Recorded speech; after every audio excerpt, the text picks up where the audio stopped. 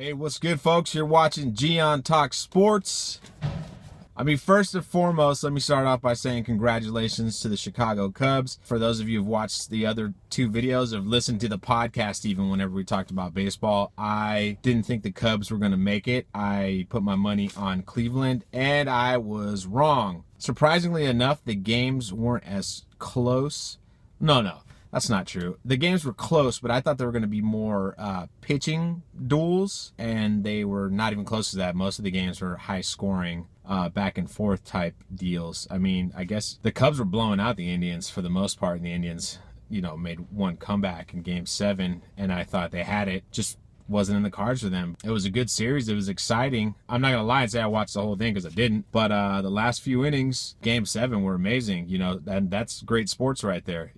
I think that's what makes baseball one of the best, if not the best sports, is stuff like that. You don't have a clock that ends the game for you. You end the game yourself. You either score runs or you get out. That's that. There's no clock that's against you like basketball or football or soccer or hockey. It's score runs and stay on the field, or don't score runs and walk off of it with your head down. I don't know any other way of putting it, but that's the beauty of baseball. I can't wait until next season, but since we're full bore in football and basketball, let's move on to USC versus Oregon. I really don't need to talk too much about this game because I already said it last week. If you look at Cal and you look at Oregon, they have a lot of similar things going on. They have exciting offenses that can strike quickly and put up a lot of points, but they're terrible on defense. If you look at the rankings, just like Cal, Oregon can't stop the run.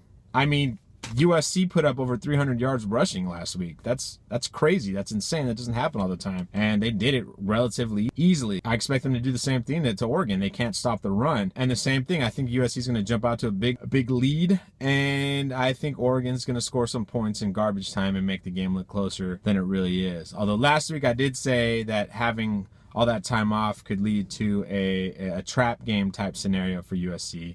I don't see that happening this weekend. They're too in sync with each other, and it's homecoming. They know that every game means something, especially since the Pac-12 South is still in reach. Last week I predicted the USC would win by 20. They won by 21. I was pretty close. The score was pretty close to, I think I said 50-30, and they ended up winning 45-24. This week, not sure what the spread is again, but I think USC covers the spread, and I think they need to. I think they need to smash Oregon the way Washington did to let the nation know that this is a different team than the one that opened up in Dallas against Alabama. And to let Washington know that November 12th, next Saturday, is not going to be a walk in the park. Look, the rankings keep coming out, and USC's on a winning streak, and they're still not getting any respect. Like, there's teams in there with 3 losses right now who I think USC should be over. I'm not a fan of rankings so early in the season, but they're not getting the respect they deserve. It's not Max Brown under center. It's Sam Darnold, and the team is completely different with Sam Darnold running that offense. But speaking of rankings and all that, the first week of the college football playoff rankings came out this week, and of course, like every year, not without controversy. Once again, just like the past 2 years, we see 2 SEC teams in the top 4, which means if the season ended tomorrow, there would be 2 SEC teams in the playoff. Am I surprised by that? I want to say no, but I am a little bit, because one of those SEC teams has a loss, and the team that's ranked number 5, Washington, is undefeated. And the reason that the chair committee said that A&M was over Washington was strength of schedule. Come on, it's just silly. I got nothing to say. Strength of schedule, they lost a game, and they lost a game by 19 points to Alabama. Yeah, it was on the road. Who cares? They lost the game by 19 points, and you can't say strength of schedule when you lost one of those games. I would get it if they were both 8-0. You're like, oh, well, they're both undefeated, so we give the nod to A&M because they played tougher teams. Sure, whatever. And I can argue about that as well. But the fact of the matter is they lost, and they lost convincingly. It wasn't a close game. It wasn't an overtime game. And not to mention the wins they have. Their best win is over Auburn, who looked like trash until recently. And even then, I think it was a pretty close game until the end. And they had a double overtime victory over UCLA at the beginning of the season at home. Oh my God. If you've watched UCLA at all this season, you know they suck. They can't score. They have no running backs. Their quarterback is now injured. They were fully healthy at the beginning of the season, sure, but they lost all their weapons. They lost their best receiver in Duarte. They lost their best running back in Perkins. They lost their tight end. They have nothing on offense. The defense is still good. They're still keeping games close, but they can't put the ball in the end zone, and they couldn't against A&M. And I guarantee you last year's UCLA team would have beaten the brakes off of this year's Texas A&M. But, you know, whatever. You know, that's strength of schedule. I do agree that Washington's out-of-conference schedule is trash. It's straight trash. But you know what? So is A&M's. They scheduled an FCS team in Prairie View A&M, just like Washington scheduled an FCS team in Portland State. Bullshit scheduling on both parts, but one of the teams hasn't lost yet. The other one got spanked by Alabama. So it is what it is. There's 5 Big Ten teams in the top 13. Nebraska, who hasn't beat anybody. Why? I don't know. There's also I think Penn State's in there. I'm not sure. Let's see. Michigan, Ohio State, Penn State, Nebraska, Wisconsin. And Wisconsin's another one of those teams. Like, yeah, they beat LSU when LSU was shitty. LSU's looking better now, so that's looking better for their resume. But I mean, if we want to go if we want to take this into context, the LSU team they beat is not the LSU team that's playing well now. And they have 2 close losses to Ohio State and Michigan. I think they're still riding off those losses, which is interesting to say the least. But whatever, you know. There's also 5 SEC teams in the top 15, I think.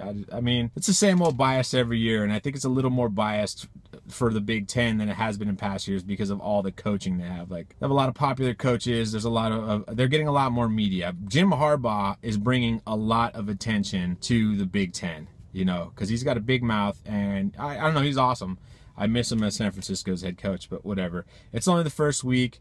A lot of people will say, you know, there's still plenty of games left to play. But, you know, it kind of sets a precedent that Washington can't slip. If Washington loses to USC, which they just might, that could cost them the opportunity to play in the college football playoff, it's not fair. Because they're going to play one extra game than Texas A&M. They're going to play one extra game than Ohio State. If Ohio State beats Michigan, well, scratch that. If Ohio State beats Michigan, they're going to be in the conference championship.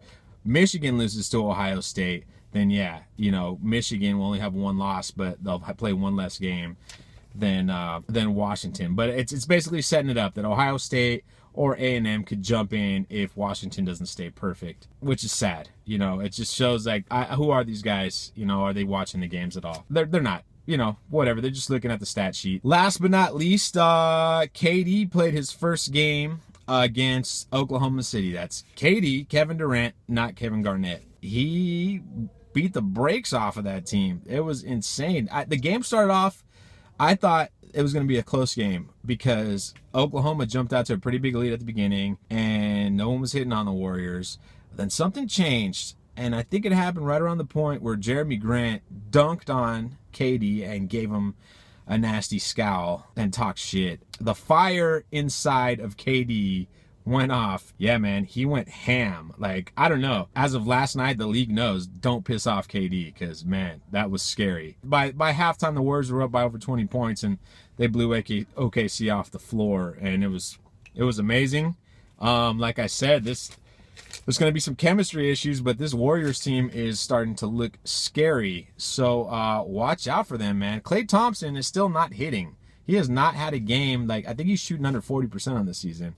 And that's really low for, like, his career numbers. Like, I don't think he's ever had such a bad start to a season. So once those shots start falling, man, the Warriors are going to watch out, man. Zaza Pachulia, you know, he's not Andrew Bogut, but he's looking better down there. He's scrappy. You know, I saw him getting out there. He's in there tipping balls and trying to get those offensive rebounds and making it difficult on post players on opposing teams. So Warriors are looking nice. But, yeah, Daniel doesn't like it that I talk only about teams that I like. So, you know, Lakers are looking good so far. We'll see how that goes. I'll probably talk about them more once they're actually newsworthy. But until then, who cares? And we're in the thick of football season right now, so that's that. NFL, I got no takes, man. I think the NFL's kind of boring right now. All the games that are coming up are just kind of meh. You know, it's the top teams beating up on the lower teams, and there's a lot of good players in DFS. I like Aaron Rodgers this week.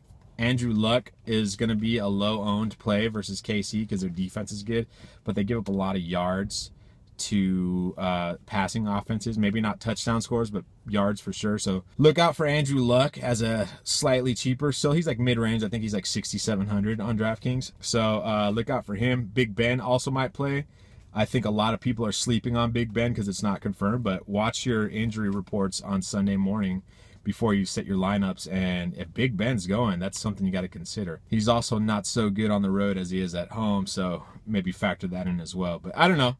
There's a lot of interesting plays out there, a lot of chalk, and then not too many sleepers, as there's been in the past few weeks. Check it out. But that's going to do it for me. Thanks for watching. You can find all the relevant links at www.dngtalk.com. Look us up on SoundCloud, DNG Talk. We're on iTunes, Daniel and Gian Talk. Twitter at DNG Podcast. Follow me on Twitter at BertoP510. I'm always retweeting sports stuff and making comments, talking shit to other people about sports, especially college football. So check it out. Smash that subscribe button. Smash that like button. I'll see you next time. Fight on.